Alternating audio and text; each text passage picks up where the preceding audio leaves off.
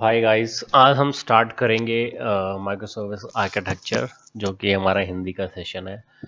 सो इसमें हम देखेंगे एक्चुअली क्या फ़ायदे हैं, बहुत ही शॉर्ट फॉर्म में देखेंगे क्या फ़ायदे हैं इसमें और क्या एडवांटेजेस हैं कंपैरिजन में मोनोलिथिक आर्किटेक्चर। सो आजकल हम जो भी अपना पहले वाला जो डिज़ाइन देखेंगे एप्लीकेशन का, तो एक्चुअली वो उसका जो कोड बेस होता है मोनोलिथिक आर्किटेक्चर का, वो पूरा का पूरा एक ही होता है। लाइक उसमें यूज़र इंटरफेस की भी कोडिंग वहीं रहेगी, जहाँ पे हमारा जीएसपी है या फिर कोई और टेक्नोलॉजी है फ्रंट एंड की, या हमारा बिजनेस लॉजिक है और डेटा इंटरफेस लेयर और डेटाबेस है। सो पूरा का पूरा जो कोड होता है वो एक ही एप्लीकेशन में होता है। सो इसमें एक्चुअली पूरे का पूरा कोड हमें डिप्लॉय करना पड़ता है और उसको हम उस अकॉर्डिंग अपने चेंजेस करते हैं। जिस हिसाब से अगर सपोज मेरे पे एक कोई नया रिक्वायरमेंट आया है और मुझे उस रिक्वायरमेंट को अगर फुलफिल करना है, तो मुझे अगर सिर्फ एक क्लास में चेंज करना है तो मुझे क्या करना पड़ेगा, वो क्लास जब मैं डिप्लॉय करूँगा तो मुझे पूरी की पूरी उसकी डिपेंडेंसी, जिस जिस क्लास से उसकी डिपेंडेंसी है, सारी की सारी मुझे फंक्शनैलिटी उसकी टेस्ट करनी पड़ेगी। सो यहाँ पे क्योंकि हमारी डिपेंडेंसी है जो बहुत हाई हो जाती है और हम लोग कोई भी फीचर्स इजीली चेंज नहीं कर सकते मोनोलिथिक आर्किटेक्चर में, क्योंकि यहाँ पे जो है सब एक दूसरे पे डिपेंडेंट है। क्लासेस और जो भी हम कह सकते हैं क्लासेस है, ये इंटरफेस है, जहाँ पे आप चेंज कर रहे हो वो उस पर डिपेंड करता है। सो माइक्रो सर्विस में हम क्या करते हैं, एक्चुअली माइक्रो सर्विस में और कुछ ज़्यादा कुछ इतना खास कुछ नहीं है। बस हम क्या करते हैं, उसको हम अपने कोड को डिवाइड कर लेते हैं छोटी छोटी सर्विसेज में, तो उसको हम बोलते हैं माइक्रो सर्विसेज।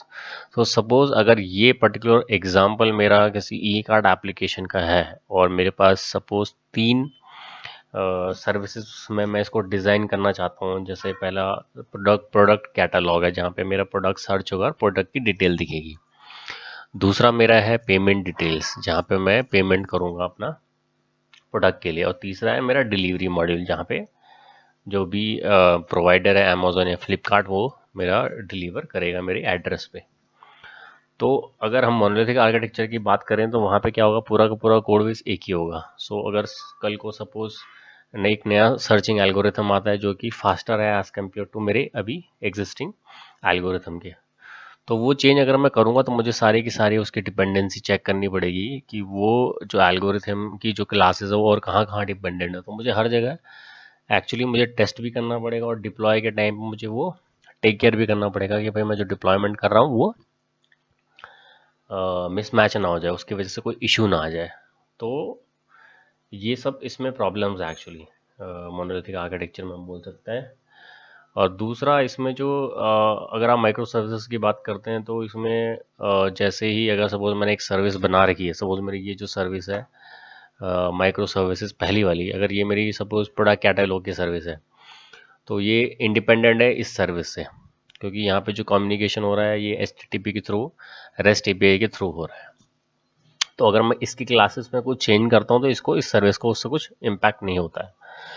तो मैं क्या करूँगा, यहाँ पे मैं जो भी सर्चिंग एल्गोरिथम है उसको मैं इम्प्लीमेंट करूँगा नई वाली, और सिर्फ इस कंपोनेंट को मैं डिप्लॉय करूँगा। सो बाकी जो भी मेरे सर्विसेज हैं वो सब इंडिपेंडेंट है और उनको मुझे टच करने की ज़रूरत नहीं करनी पड़ेगी, और ना ही मुझे उनको डिप्लॉय करने की ज़रूरत है, क्योंकि ऑलरेडी वो डिप्लॉयड है।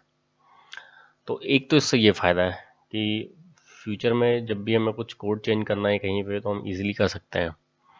दूसरा इसमें फ़ायदा ये है कि अगर मुझे टेक्नोलॉजी चेंज करनी है, सपोज अगर मुझे मोनोलिथिक आर्किटेक्चर में अपनी टेक्नोलॉजी चेंज करनी है, जावा से किसी और लैंग्वेज पे जाना है, तो वो मैं जा नहीं सकता है एक मॉड्यूल के लिए, मुझे पूरा का पूरा एप्लीकेशन री राइट करना पड़ेगा। सो इसमें प्रॉब्लम ये है कि ये बहुत टाइम कंज्यूमिंग प्रोसेस है और इसमें पूरा टेस्टिंग वेस्टिंग एंड डिप्लॉयमेंट जो है बहुत ज़्यादा लंबा पड़ जाता है। बट अगर हम कंपेयर करें माइक्रो सर्विसेज से, तो इसमें हम देख सकते हैं कि हम छोटे छोटे जो माइक्रो सर्विस है उनकी हम टेक्नोलॉजी चेंज कर सकते हैं। सपोज ये वाली माइक्रो सर्विस जावा में है, ये .NET में है, और ये पाइथन में है, और ये किसी और चीज़ में है। तो ये और एक और फ़ायदा है कि हम इजीली चेंज कर सकते हैं, बिना अपना ज़्यादा टाइम और पैसा लगा के हम लोग इसको चेंज कर सकते हैं इजीली। तीसरा जो फ़ायदा है वो है स्केलिंग का। स्केलिंग में बेसिकली क्या होता है कि सपोज प्रोडक्शन पे मुझे अगर हाई ट्रैफिक मिलता है, जब मेरा प्रोडक्ट लाइव होगा, मुझे हाई ट्रैफिक मिलेगा, तो मैं अपने क्या करता हूँ, नंबर ऑफ सर्वर्स बढ़ाऊंगा। तो जब मैं मोनोलिथिक में बढ़ाऊंगा तो मोनोलिथिक में मुझे पूरे का पूरा एप्लीकेशन को डिप्लॉय करना पड़ेगा नए सर्वर पे, और उसके अकॉर्डिंगली मुझे बढ़ाना पड़ेगा। सो इस केस में प्रॉब्लम ये है कि अगर सपोज मेरे कुछ फंक्शनैलिटी है, जैसे मेरा पेमेंट और मेरा डिलीवरी, ये उतना यूज़ नहीं हो रहा जितना मेरा सर्च फंक्शनैलिटी यूज़ हो रहा है, क्योंकि सर्चिंग हर कोई पहले सर्च ही करेगा प्रोडक्ट को। तो उस केस में मेरा जो दो एक्स्ट्रा जो मॉड्यूल्स हैं वो एक्चुअली ऐसे ही मतलब डिप्लॉयड रहेंगे, जस्ट रन होंगे प्रोडक्शन सर्वर पर ये इतने यूज़ नहीं होंगे, इन पे इतना ज़्यादा ट्रैफिक नहीं है। तो उससे मेरा रिसोर्स और मेरा कॉस्ट जो है ज़्यादा बढ़ जाएगा। बट माइक्रो सर्विसेज में हम क्या कर सकते हैं, माइक्रो सर्विस में हम किसी एक सर्विस को हम स्केल अप कर सकते हैं बिना दूसरे सर्विसेज को टच किए हुए। सपोज अगर प्रोडक्ट कैटलॉग की सर्विस को हमें ज़्यादा इंस्टेंस बनाने हैं क्योंकि उस पर हाई ट्रैफिक है, तो हम सिर्फ उसको बढ़ा सकते हैं, बाकियों को हम ऐसे छोड़ सकते हैं। सपोज बाकियों के अगर एक दो इंस्टेंस चल रहे हैं, लेकिन अगर हम चाहते हैं कि हमारे प्रोडक्ट कैटलॉग के ज़्यादा इंस्टेंस चले, तो हम क्या कर सकते हैं, उसको स्केल अप कर सकते हैं। तो ये एक और फ़ायदा है इसमें, और भी इसमें फ़ायदे हैं, जैसे कोड मेंटेनेंस का है इसमें, वर्जनिंग करना, क्योंकि हमारे पास डिफरेंट डिफरेंट कोड बेसेस हैं, तो हमारे लिए ईजी है कोड को मेंटेन करना और वर्जनिंग करना कोड की, एज़ कम्पेयर टू हमारे मोनोलिथिक आर्किटेक्चर में एक्चुअली बहुत बड़ा कोड बेस है।